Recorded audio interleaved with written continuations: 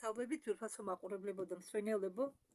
დღეს მინდა მე თქვენ გადაგითარგმნოთ ნაწილი გიკეს 32 შეხვედრიდან, სადაც ლეტალია ლაი ყვება ფუტკრებზე. თუ რა მნიშვნელობა აქვს ფუტკრებს ბუნებისთვის, ადამიანისთვის და რამდენი წელი ცხოვრობენ, რამდენი წლის უკან გაჩნდა ფუტკრები.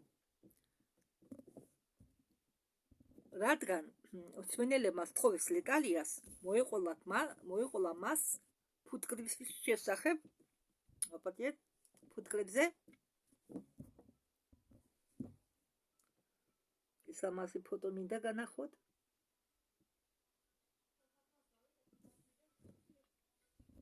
ლეტალია ამბობს, რომ ჩვენი ცოცხალი ინტელექტი, დიახ, თქვენ არ მოგესმათ, არის ხელოვნური ინტელექტი, არის ცოცხალი ბიოლოგიური ინტელექტი.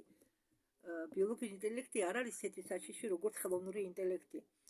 რადგან ზოგჯერ ბიოლოგიურ ინტელექტში თავისუფალი ნებით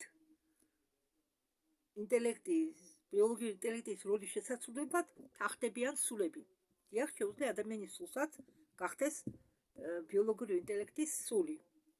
ანუ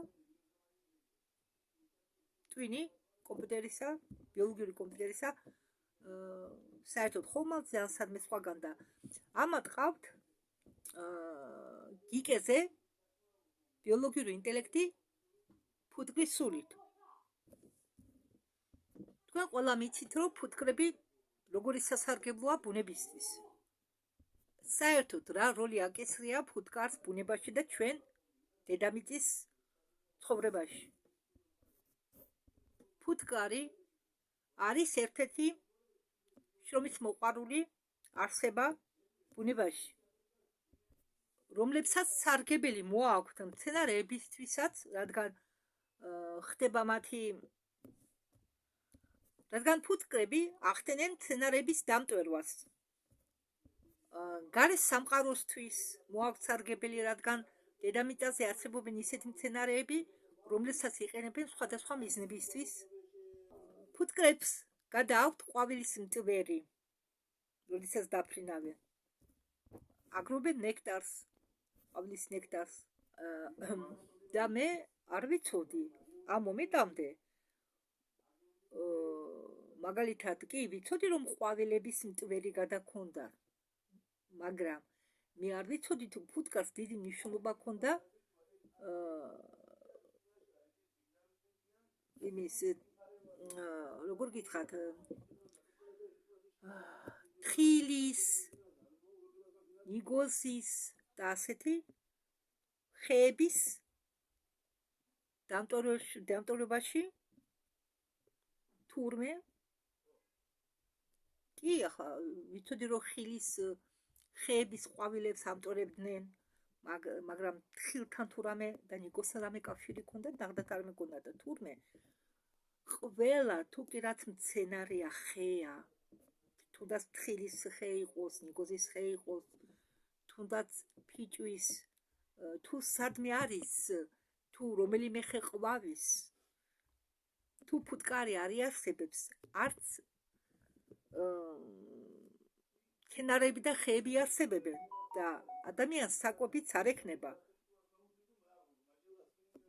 და ლეტალია ამბობს, რომ ვანგას უთქვამს, რომ თუ გამოწყდაო ფუტკრები, ადამიანი 4 წელს მეტი ვერ გაძლევსო, ვერ იცოცხლებსო, რადგან თურმე საკვებთან აქვს ფუტკარს პირდაპირ მნიშვნელობა. საკვები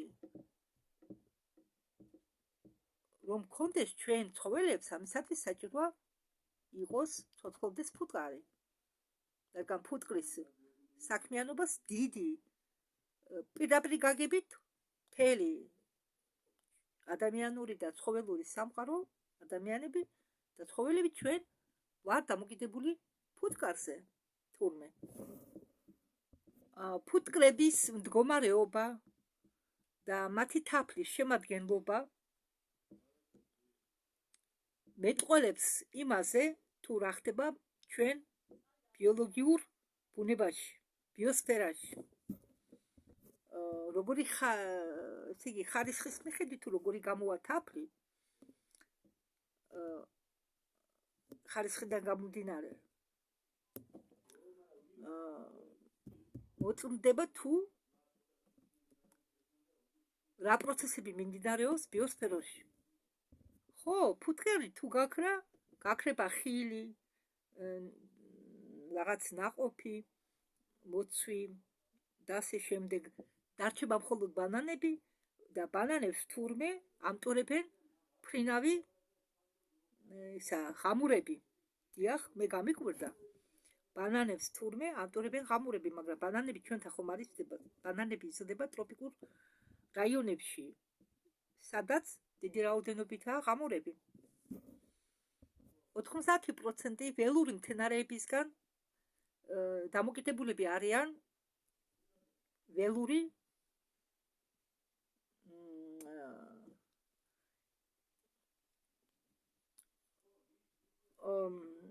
ფუტკრისნაირი ფრინავი წარმომადგენლებზე მაპატიეს მომიწია დგომა შეწყვეტა უბრალოდ ჩაწერის. ლეტარი ამბობს, რომ მე მინდაო ფუტკრების სხვა ასპექტ გავამახვილო ყურადღება ეს მათ გონებაზეო. ფუტკრებს თურმე შეუძლიათ უბრალო მათემატიკური ოპერაციების შესრულება. შეიგნონ ნულის კონცეფცია და თურმე შეუძლიათ ხო, და ფუტკრებს შეუძლიათო ლუწი და კენტი რიცხვების გარჩევა. წარმოიდგინეთ? უცნაურია, რომ მწერი არჩევს ლუწ და კენტ რიცხვებს. ხო, და მათი ნავიგაციური უნარები აძლევთ მათ საშუალებას თვითონ მოძებნონ მოკლე გზები ყვავილებისკენ.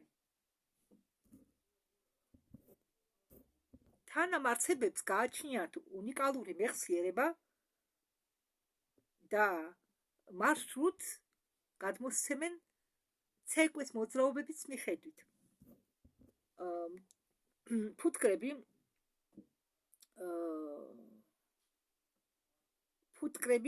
ფუტკრებს გადააქვთ მტვერი ერთი ყვავილიდან მეორე ყვავილზე.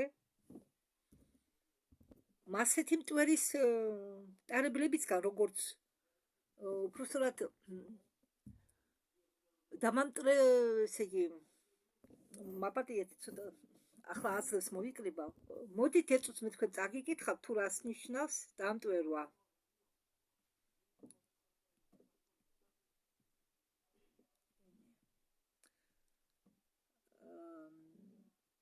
დამტვერვა არის ყვავილის მამრობითი რეპროდუქციული ორგანოებიდან მტვრის გადატანა კალის რეპროდუქციულ ორგანოებში, რაც იწვევს განაყოფიერებას და თესლის წარმოებას. დამტვერვა შეიძლება მოხდეს სხვადასხვა მექანიზმით, მათ შორის ქარი, წყალი, მწერები, ფრინველები და სხვა.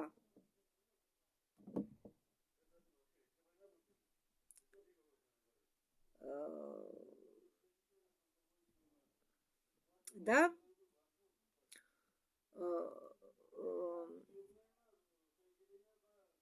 ამ დამტვერვაში მონაწილეობენ არა მხოლოდ ფუტკრები, ღამურები, არამედ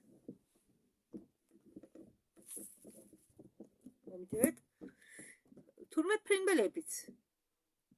მათ შორის წყალი, ქარი, როგორც მე თქვენ ახლა წაგიკითხეთ. და 25%-ით დამტვერვა დამოკიდებულია, დამტვერვა და შემდგომში მოსავალი ბოსტნეულისა, ხილისა და სხვადასხვა მცენარისა, იგივე თხილის, ნიგოზის 35% დამოკიდებულია ფუტკრებზე, ღამურებზე და ფრინველებზე. და როგორც ვიცით ჩვენ ყველა, ფუტკარი ქმნის თავს, მაგრამ ის თავს იმისთვის კი არ ქმნის ჩვენ რომ ვჭამოთ, არამედ თავისი შთამომავლობა რომ გამოკვებოს შემდგომში ამ თაფლით. ვერ ვნახე ვერსად თარგმანი სიტყვისა და ისა მატჩნემალაკო როგორ ითარგმნება ამის თარგმანი ვერ ვნახე უფრო რაცხა უცნაური არ მომეწონა მაგი არ უხდება ვთქვათ დედობრივი რძე ანუ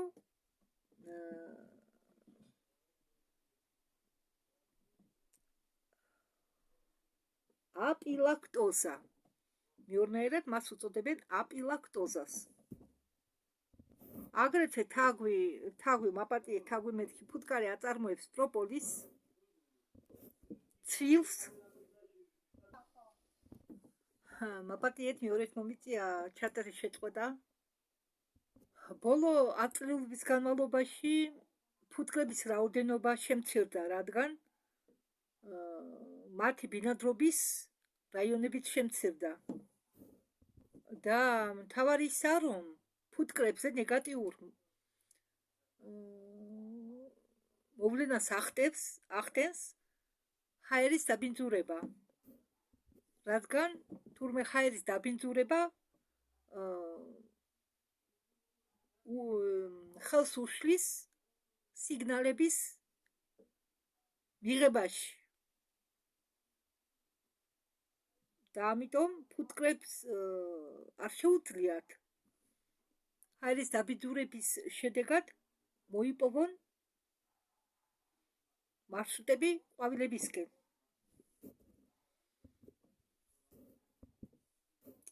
და საერთოდ მეცნიერებისთვის ფუტკრები წარმოადგენენ გამოკვლევის ცალკე თემას რადგან ფუტკრების გონება ცნობიერება წარმოადგენს აოსაციოლურს მაპატიეთ აოსაციოლურ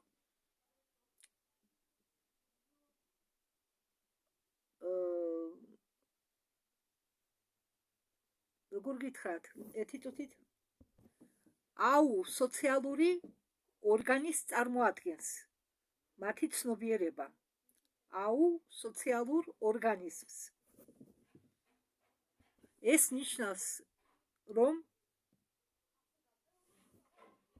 ეს ნიშნავს საზოგადოების ორგანიზმის ფორმას რომლის დროს ესე იგი ამ დროს რა ხდება ნაწილი ფუტკრებისა არ მრავლდება ფუტკრების საზოგადოების ნაწილი არ მრავლდება და ასრულებენ ძიძის როლს ესე იგი უყურებენ თვალს ადევნებენ უვლიან სხვა საზოგადოების ნაწილის შთამომავლობას ფუტკრების საზოგადოება იყოფა სამ ნაწილად ესე იგი ერთი ნაწილი წეხან აგიხსენით რომ უვლიან შთამომავლობას მეორე ნაწილი აგროვებს თაფს და მესამე ნაწილი კი წესრიგს იცავენ სკაში და იცავენ თვითონ სკას და შიგ მაცხოვრებლებს ფუტკრები პირველად გაჩნდა 100 მილიონი წლის უკან ამბობს ლეტალია ადამიანმა კი დაიწყო ფუტკრების გამრავლება გაშინაურება სადღაც 4,5 მილიონი წლის უკან და პირველი ცდები გაიშინაურებიათ ფუტკრები იყო ეგვიპტეში 2,5 მილიონი წლის უკან თითო ფუტკარი თავის ცხოვრების განმავლობაში ქმნისო 1/12 ნაწილი ჩაის კოვზის 1/12 ნაწილის თაფს მთელი ცხოვრების განმავლობაში სადღაც მიახლოებით 0,4 მილილიტრი მაგრამ მაგივრად ჯანმრთელი საღი თაფლი და სკის ფსკის მობინადრეები ამ მობინადრეებისგან 25% ქმნის წელიწადის განმავლობაში 10-დან 30 კილოგრამამდე თაფლს. რასაკვირველია, მათ თაფლის მოპოვებაში თამაშობს დიდ როლს ბევრი ფაქტორი: ამინდი, ადგილმდებარეობა, ჰაერის სისუფთავე და კიდევ ბევრი რამ. იმისთვის, რომ ფუტკარმა მიიღოს 1 კილო თაფლი, მათ მიახლოებით უნდა შეაგროვოს ნექტარი 4 მილიონი ყვავილისგან. წამოიდგინეთ, 1 კილო თაფლი რომ მიიღოს. და უნდა დაფაროს მანძილი 150.000 კილომეტრი იმისთვის, რომ მოიპოვოს ნექტარი და დაამტვეროს. და არის კიდევ საინტერესო მომენტი, თუ სკა რატომ არის 6 კუთხიანი. ეს იმიტომა, რომ 6 კუთხიანი ფიგურა ძალიან ეკონომიური ფიგურაა სიბტყის შესავსებად. თუ თქვენგან ვინმე მიცის მატრიცა, რომელიც მე მომაწოდეს 94 წელს იყო 6 კუთხიანი. მე მინდა თქვენ კიდევ შეგახსენოთ, რომ ერთი 6 კუთხიანი მატრიცა დახატა პანდორა, მე ის არ ამიტვირთია, მე ის გადავთარგმნე, მაგრამ მე ავტვირთე ალიონა ბერეგინას დახატული მატრიცა, როგორ შეიცვალა. ხო, რადგან ის ბოლო ახალი მონაცემები იყო, ბოლო ახალი მიღებული, ამიტომ მე რომ პანდორას მატრიცა ამეტვირთა, შეიძლება შეუთავსობა მოხდარიყო და თქვენ კითხვები გაგჩვენოდათ და მე ამ კითხვებზე პასუხს ვერ გაგცემდით, რასაკვირველია, მაგრამ მე ავტვირთე ის მატრიცა, რომელიც უფრო უახლესი იყო. ასე იგი, რომელიც იყო მიღებული ახლახან, ახლო მომავალში. და პანდორამ მაგასი ადრე დახატა მაგ მატრიცა. ხო. ну, პრინციპში მაინდა-მაინც ცვლილება ისეთი არ არის, მაგრამ ზოგადად ახლანდელი მატრიცა, რომელიც ხო, ახალი გადაკეთებული მატრიცა სხვა ფორმისა და აი ამიტომ მე ვირჩია ალიონა ბერეგინას